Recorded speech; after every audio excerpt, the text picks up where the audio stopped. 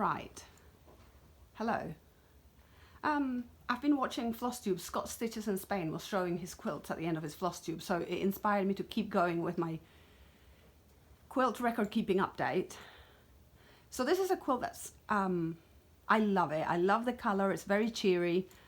One of the things, if you watch the YouTube channel that I have for FlossTube, you'll see that I'm not very good. I'm not really interested in following rules.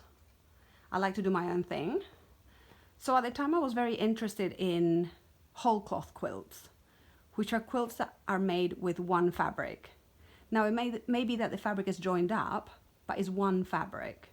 It might be like a great length that's been cut up so that it can create a bed like this. So quite often you'll find that they create two joins. So you don't have a join down the middle, but you have a join 1/3 and then 2/3. That's where the joins are. So this is a joined up whole cloth quilt.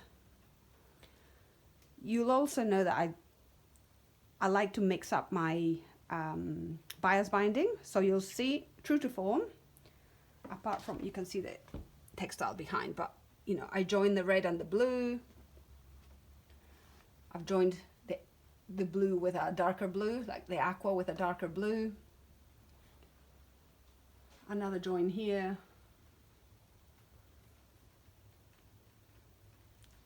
I forgot to say this in the Spanish one, but you'll notice that at this point I was doing mitered corners. I do like mitered corners. I think what it is that I'm just going through a phase of like wanting to do something new, so that, which is why I'm kind of in love with the new corners that I'm doing that just go straight up and down. So that's what I've done for my Almost Irish quilt. That's the first one that I uploaded. But I do like my mitered corners. I do it all by hand. It's very... I was doing a workshop. I'm also inspired because I just finished doing a workshop with SherriLynn Wood, who I do mention, and she's a wonderful quilter. And I do love doing things by hand. I really enjoy that. So don't be afraid if you have to do a mitered corner. It's not hard. And don't be afraid of hand quilting and hand patching. Anyway, back to the quilt. I don't have to preach. So again, this is almost a whole cloth, just like the other one is an almost Irish chain. So I started with this square, so it was a log cabin. So I've got my hearth, which is the red, and then I've gone round. So I've got that square, and then I've come down, and then I've gone up, and then I've gone across. I've actually gone a top one again. But then after that, I start making it big. And I knew this was going to be a very large quilt. I do like generous quilts that kind of flop over the king-size bed. My quilting I did with pearl cotton as usual, and this is again pearl cotton that I bought in Chichicastenango in Guatemala. So if you do live in America, anywhere, you're more likely to be able to go to Guatemala, and it's a wonderful place to buy beautiful cotton colors. So I started from the I did the circle. I knew I wanted to do a circle, and then from the circle is the rays of sun that emanate. And they're quite close together. And I did have to go back quite a lot, because initially you think, oh, this is far enough, and then it would leave the gaps at this point would be too large. So I kept going back to the beginning and adding more lines that would then kind of flow out and start getting curvy.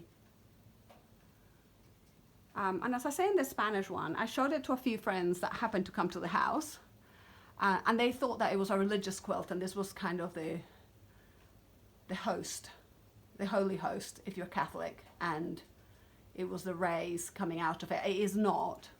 But as I say, you know, people see what they want to see in art. You know, you kind of put a lot of yourself into the art that you see. If anything, if people were going to think that there was any connotations here, it would be an Inca sort of sun, and more likely to be a sun rather than a religious sun. So either Inca or just, I don't know, Celtic or pagan or whatever. And I really love the freedom of my quilting. So I was just doing, I do big stitch quilting, and I chose, I don't know, 6 or 10, I can't remember now, but all different shades of oranges. So going from the pale yellow all the way to the really bright orange of that. And so straight lines, not marked. It's amazing how the eye can do a straight line, certainly as straight as I need it to be. So straight, and then it would start meandering and get really wide and big. And so that was really enjoyable to me. And I've got some great voluptuous curves there as well, which I really enjoy. I probably shouldn't be moving this. I don't know which way I've oriented this video. That's not good, is it? Never mind. I'll do this because we do this for the other filming. Sorry. I'm not a profesh, as I keep saying. Right. So I've got the mitered corners, as I've said. Maybe have a look at some of these other oranges. I think it's very beautiful. It's getting a bit faded now. We wash it. We put it in the washing machine. We wash it when it needs to. The back of the quilt. So the first thing to note is my, oh, can you see it? Because it's too big for these hooks. My name embroidered with the year, which you can't quite see because it's right in the corner. But anyway, I love this fabric. It's just a print. It's not woven fabric. It's not the oranges. There's nothing special is what I'm trying to say.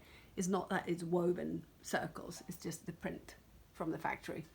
But I like patching things up. I don't like, for my backs, I don't like to cut things up unnecessarily. So I have the great big length that I bought when I used to still buy a lot. Not a lot of fabric by any stretch of the imagination, but I would buy fabric on occasion. So I would use that length, and then I had this bit to piece it there. This is a bed sheet, which we used as a bed. Is one of those beautiful ones, probably from the 1940s, I would think.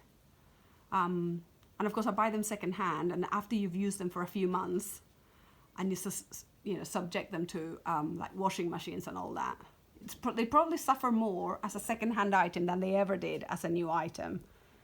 They start getting thin in the middle, and so then they get promoted to my craft room maybe. So I get rid of the middle bit, which probably becomes a rag. My husband likes using rags for various things, and I can now take the fabric. I don't like to, I do like to use them first. I do a blanket stitch. I'm just thinking I do a blanket stitch on the other side to hold it down. Would this be called a blanket stitch? No, it's not a blanket stitch. It's maybe a tacking stitch. I don't know. I've forgotten the name of this. I should look things up before I film. Anyway, can you see? I can do this attaching in a very subtle way that you wouldn't see my threads. But I like seeing the threads. I want them to be part of the kind of colour and joy of the quilt. And I've attached this red as well for visual appeal more than anything else. And that's it. So it's all hand quilted. I hope this inspires whoever needs to be inspired to do a bit of quilting or hand quilting or machine quilting or anything, and touch some cloth and create some beautiful objects for their home. Thank you. Right. All right, hello. This is Catherine. This is my second video of today for my quilts in Spanish, in English. Can you tell that I've already done the Spanish one? All right, so this is a quilt that I made for Christina, my youngest. I made it, it's mostly new fabrics at the time, some old, I can recognize them from here. We're not delighted that I did it in a white background. I didn't realize how stark it would be. I think if it had been an unbleached white, it would have been okay, or if it had been a cream. I think however lovely quilts look when they're white, they're just too, the modern bleaching processes to get this white, they're just too harsh. So we would have preferred to have had it in cream, but for the next one, she still enjoys it. I still like it. All right, so this is a quilt. I'm going to move the direction now. All right, so this is a quilt that I made for her when she still had a double bed. She's moved to a king single now, so it's not quite the right size, but it's still enormous. Some of the new fabrics are Keith Facet fabrics that I bought when I went to a workshop of his, and he's the king of voluptuous color, voluptuous flower shapes. I just think the man's a genius. They're so beautiful.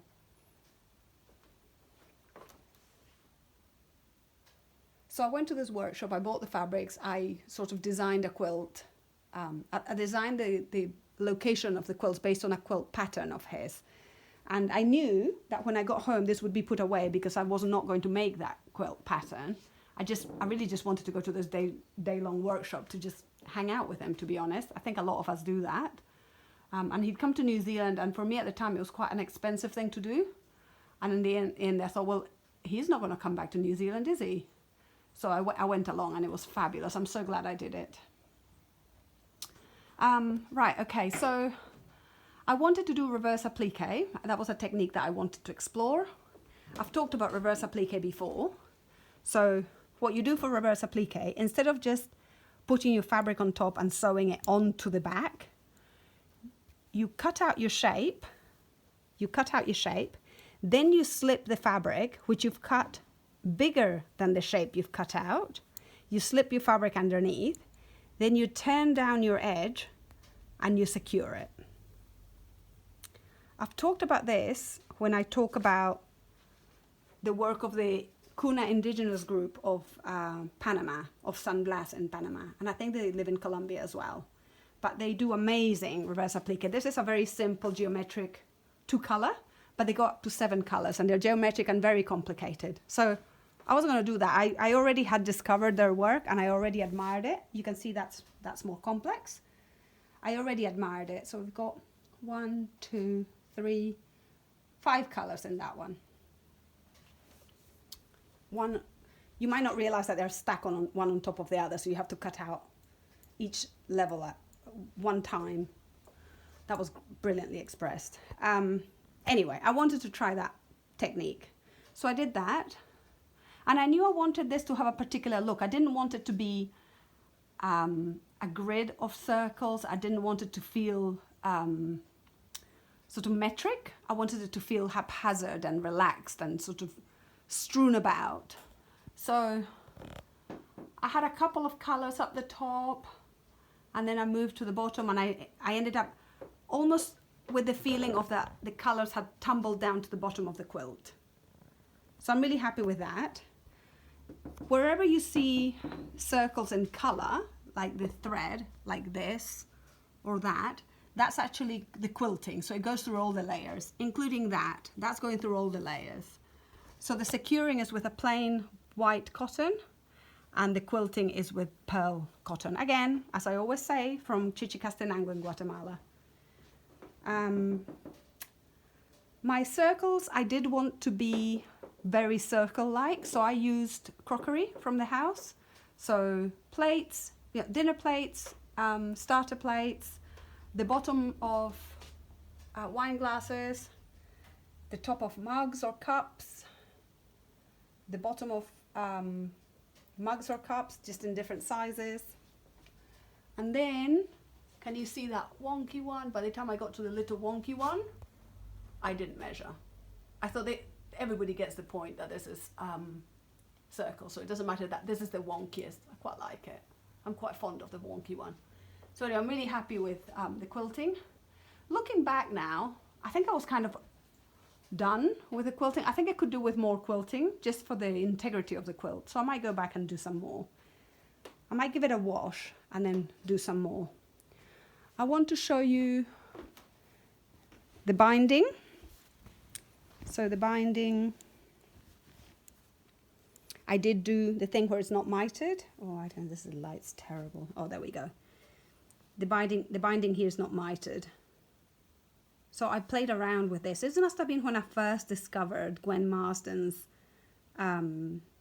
video, and I tried it. It's not my best finish, because I now know that you don't have to do this line here, or maybe the other way around. I can't remember. One line you don't have to do, so it looks neater. And this is the back. I'll just flip it so that you can see the width. Am I going to trip? No. So this is the width of the quilt. Maybe not. This is as narrow as it will go, never mind. All right. So America has an amazing quilter called Denise Schmidt, and she's wonderful. I've watched a couple of interviews. I haven't made a quilt of hers. She does patterns, but I've seen lots of pictures of them, and I really like the abstract element that she incorporates on the back of her quilt. So I was aiming for that sort of thing. So again, I was still buying fabric at the time. Can you see that I've utilized a lot of leftover green from the other quilt on the back of this one? But I've also done my patching that I like to do. So, oh, what's happened there? Oh, there. Random patchings that I do.